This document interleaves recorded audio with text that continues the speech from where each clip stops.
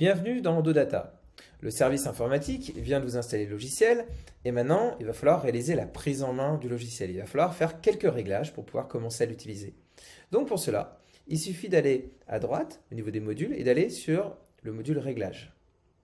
Vous allez dans Préférences utilisateurs et la première des choses que vous allez faire, ça va être de régler les informations du praticien. Alors théoriquement, la SAV vous a déjà tout pré-rempli. Il faudra bien vérifier que dans les titres, c'est ce que vous vouliez, donc chirurgien dentiste, j'imagine. Par exemple, exercice limite à l'endodontie ou des diplômes, des DU, des CES que vous voudriez mettre au niveau des titres. Il faut savoir que toutes ces informations vont être reportées sur les comptes rendus et ordonnances. Pareil pour l'adresse mail. Est-ce que c'est bien l'adresse mail que vous voulez qu'il soit affiché sur les comptes rendus et l'ordonnance, ainsi que les téléphones. Vous avez la possibilité de mettre jusqu'à 2 téléphones.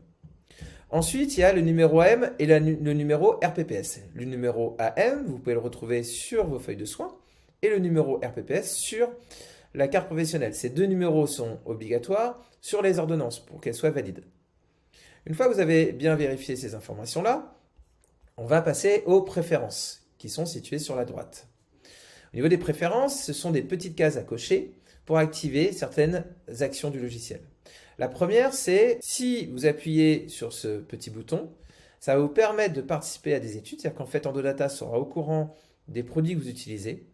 Et si un industriel appelle Ododata pour lui dire « je voudrais faire une étude sur un produit », nous ne communiquons pas les données, bien sûr, que vous avez. Simplement, c'est que nous, on vous appelle et on vous met en relation avec l'industriel pour contractualiser un contrat d'études et d'investigation. Vous pouvez désactiver les bulles d'aide. Ça, nous ne vous conseillons pas de le faire au démarrage. Puis, si vous êtes plusieurs utilisateurs, par exemple, vous êtes dans un cabinet d'endodontie où il y a 3 praticiens, nous vous conseillons d'activer le partage des nouveaux correspondants pour que quand un praticien, par exemple, le praticien A,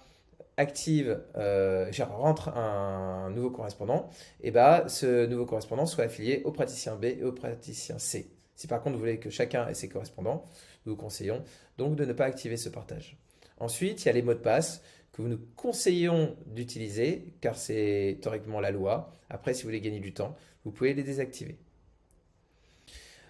Plus bas, si vous scrollez, si vous descendez, vous pouvez configurer les comptes rendus.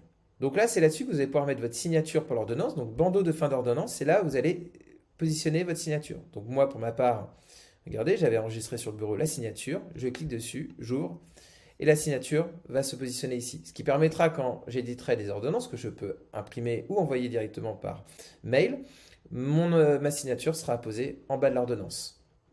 Pour cela, moi j'ai pris une feuille, j'ai signé, et j'ai pris une photo avec mon iPhone, et après j'ai enregistré sur mon bureau. Vous pouvez aussi mettre des bandeaux de compte rendu ou des logos.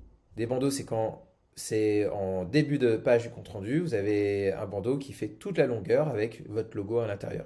Si vous avez juste un logo carré, comme moi par exemple, vous allez dans le logo des comptes rendus et vous faites en Ododata, vous voyez, logo, je vais mettre ça, et hop, ça va insérer mon logo qui sera positionné toujours en haut à gauche de mon compte rendu. Vous verrez que si vous faites partie d'études, comme je vous ai dit tout à l'heure, soit universitaire, soit avec l'industrie, vous aurez des modules qui pourront s'afficher, qui vont permettre justement de faire les réglages pour gérer tous les problèmes de consentement avec les patients et tout ça.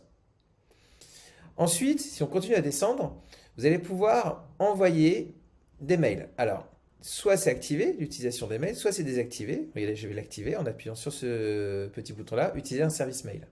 Si vous l'activez, tout en bas, vous avez tous les corps de mail qui sont déjà automatisés. Car en fait, quand on envoie un compte rendu, on envoie donc par mail. Et donc, il y a bien sûr un titre consultation, par exemple, consultation du patient un tel, telle date. Et en dessous, il y a un petit corps de mail qui va s'afficher, par exemple, cher confrère, cher consoeur, vous allez trouver si joint le compte rendu. Regardez bien que notre service informatique a tout bien coché. Et s'il manque quelque chose, s'il y a un champ libre, vous pouvez faire appliquer la configuration par défaut. Et vous aurez le petit corps de mail qui s'affiche. Si vous voulez le changer, le personnaliser, vous pouvez à l'intérieur. Vous avez ensuite la configuration de l'email. Si vous réutilisez la même adresse email que celle qui est reportée sur le compte rendu, vous pouvez mettre « Utiliser l'adresse email des informations praticiens ». Pour ma part, j'utilise une messagerie mail qui est sécurisée, protonmail.com. Donc, dans ce cas-là, je mets mon autre adresse email que j'ai envie. Si j'avais utilisé une adresse Orange, une adresse très courante ou Gmail, vous pouvez faire juste le mode simple et vous cherchez votre hébergeur. Et vous n'avez plus qu'à enregistrer votre mot de passe dans mot de passe, vous cliquez et vous mettrez à jour votre mot de passe. Si, comme moi, vous utilisez un serveur ProtonMail ou quelque chose, un hébergeur très spécifique, vous ne pouvez pas utiliser le mode simple. Dans ce cas-là, vous utilisez le mode expert. Dans le mode expert, il faudra demander à votre infogéreur le renseignement du hôte, du port et les cases qui sont à cocher au niveau des start TLS ou des TLS. Une fois que vous avez fait ça, vous pouvez appuyer sur sauvegarder et vérifier la configuration mail. Et si c'est valide, vous allez avoir un message qui vous dit que votre serveur mail est valide. Dernière information sur les mails, vous pouvez envoyer les comptes rendus, donc qui sont en format PDF à vos patients et correspondants, mais vous pouvez aussi envoyer les comptes rendus et que directement les radios, documents et photos soient dissociés en plus du compte rendu pour qu'ils puissent les importer, que vos correspondants puissent les importer dans leur logiciel. Dans ce cas-là, il faut cliquer sur cette case. Attention, si vous faites ça, ça va faire des mails qui vont être plus lourds et des fois beaucoup plus de documents et donc les correspondants ont tendance un peu à s'y perdre. Donc nous, on déconseille de le cliquer, mais pour ceux qui ont envie d'envoyer en détaché les radios, documents et photos, c'est une solution qui est pratique. Une fois que vous avez effectué tous ces réglages, vous allez pouvoir descendre en bas de la page, appuyer sur sauvegarder et retourner aux autres réglages. Vous avez réglé les préférences utilisateurs.